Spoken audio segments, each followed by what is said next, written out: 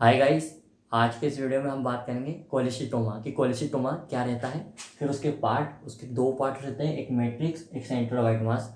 फिर हम देखेंगे उसका ओरिजिन कैसा होता है। तो उसका जो ओरिजिन की बात करते हैं तो उसके ओरिजिन के लिए 5 थ्योरी दी गई है, उनके बारे में हम जानेंगे। फिर हम देखेंगे उसका क्लासिफिकेशन। तो उसका क्लासिफिकेशन जो रहता है वो दो टाइप से किया हुआ है, एक कंजेनिटल टाइप से और एक एक्वायर्ड टाइप से। तो जो उसका एक्वायर्ड टाइप रहता है उसमें फिर उसके दो टाइप रहते हैं, एक प्राइमरी और एक सेकेंडरी। तो आइए हम स्टार्ट करते हैं कि कोलेसिटोमा क्या रहता है। तो कोलेसिटोमा जो रहता है, एबनॉर्मल ग्रोथ ऑफ स्किन रहता है बिहाइंड टिम्पेनिक मेम्ब्रेन, यानी टिम्पेनिक मेम्ब्रेन के पीछे एबनॉर्मल ग्रोथ होता है स्किन का, उसी को हम बोलते हैं कोलेसिटोमा। ठीक है। फिर हम उसके बात करते हैं उसके पार्ट। तो उसके पार्ट जो रहते हैं, दो पार्ट रहते हैं, उसमें एक मैट्रिक्स देखने को मिलता है, वहीं एक सेंट्रल व्हाइट मास देखने को मिलता है। तो जो मैट्रिक्स रहता है वो केराटिनाइज स्क्वैमस एपिथेलियम का बना होता है, और उसका जो सेंट्रल व्हाइट मास रहता है जिसको हम केरेटोमा भी बोलते हैं और एपिडर्मोसिस भी हम उसको बोलते हैं। तो उसका जो सेंट्रल व्हाइट मास रहता है वो जो रहता है केरेटिन की जो डिब्रीज रहती है, जो डिब्रीज माने कि बोले तो टुकड़े जो उसके रहते हैं उनका बना हुआ रहता है।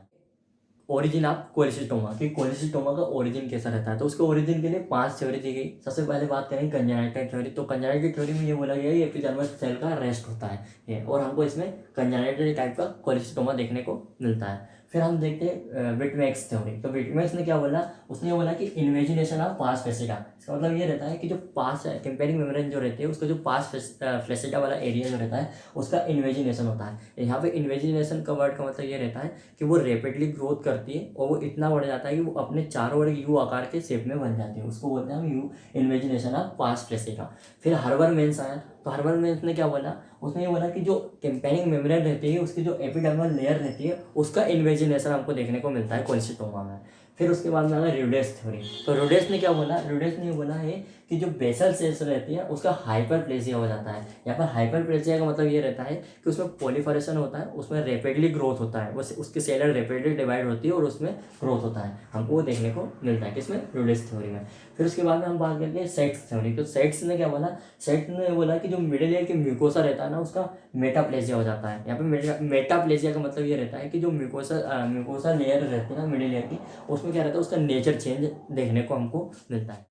इसके बाद में हम बात करेंगे क्लासिफिकेशन ऑफ कोलेसिटोमा। जब क्लासिफिकेशन की बात करते हैं तो उसको दो टाइप में डिवाइड किया है, कंजेनिटल टाइप में, एक एक्वायर्ड टाइप में। जब हम कंजेनिटल टाइप की बात करते हैं तो उसमें क्या रहता है कि जो एम्ब्रियोनिक स्टेज की जो एपिडर्मल सेल रहती है वो बच जाती है उसके मिडिल ईयर में, और उसकी जो टिम्पेनिक मेम्ब्रेन होती है उसमें, उस वजह से हमको कंजेनिटल टाइप का कोलेसिटोमा देखने को मिलेगा। वहीं हम बात करेंगे एक्वायर्ड की। तो एक्वायर्ड को फर्दर डिवाइड किया है दो टाइप में, एक प्राइमरी एक्वायर्ड और एक सेकेंडरी एक्वायर्ड।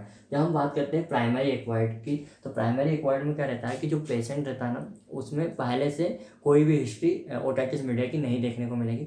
वहीं जब हम उसकी टिम्पेनिक मेम्ब्रेन की बात करते हैं तो उसकी टिम्पेनिक मेम्ब्रेन जो रहती है वो इंटैक्ट रहती है, उसमें किसी भी टाइप का परफोरेशन देखने को हमको नहीं मिलेगा। फिर हम देखते हैं कि प्राइमरी जो एक्वायर्ड है वो किस वजह से होता है, उसकी पैथोजेनेसिस क्या है। तो हमको उसमें ये देखने को मिलता है कि जो यूस्टेकिन ट्यूब रहती है उसके ब्लॉक हो जाती है या वो ऑब्स्ट्रक्ट हो जाती है, जिससे क्या रहता है कि जो मिडिल ईयर कैविटी रहती है उसमें नेगेटिव प्रेशर क्रिएट होता है, जिससे हमको क्या रहता है कि जो ये एटिक रीजन और जो पोस्टेरियर सुपीरियर रीजन रहता है उसमें हमको रिट्रैक्शन पॉकेट देखने को मिलेगा। जैसे कि मान लो ये टिम्पेनिक मेम्ब्रेन है, उसका जो एटिक रीजन है, यहाँ अगर नेगेटिव प्रेशर आ गया तो ये अंदर की साइड आ जाएगी, तो इस साइड में हमको उसका रिट्रैक्शन देखने को मिलेगा। फिर हम उसके बाद में हम देखेंगे सेकेंडरी एक्वायर्ड। तो सेकेंडरी एक्वायर्ड जो रहता है इसमें पेशेंट को जो रहता है उसके केएम जो रहती है वो इंटैक्ट नहीं रहती, उसमें हमको पास टेंसा का जो रीजन रहता है टेम्पेनिक मेम्ब्रेन का उसमें हमको परफोरेशन देखने को मिलता है। फिर इसके हम पैथोजेनेसिस की बात करते हैं तो इसमें क्या रहता है, क्योंकि उसके जो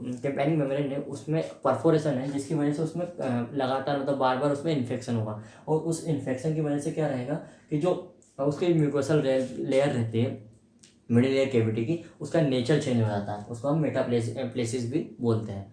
ठीक है, ओके, थैंक यू गाइस।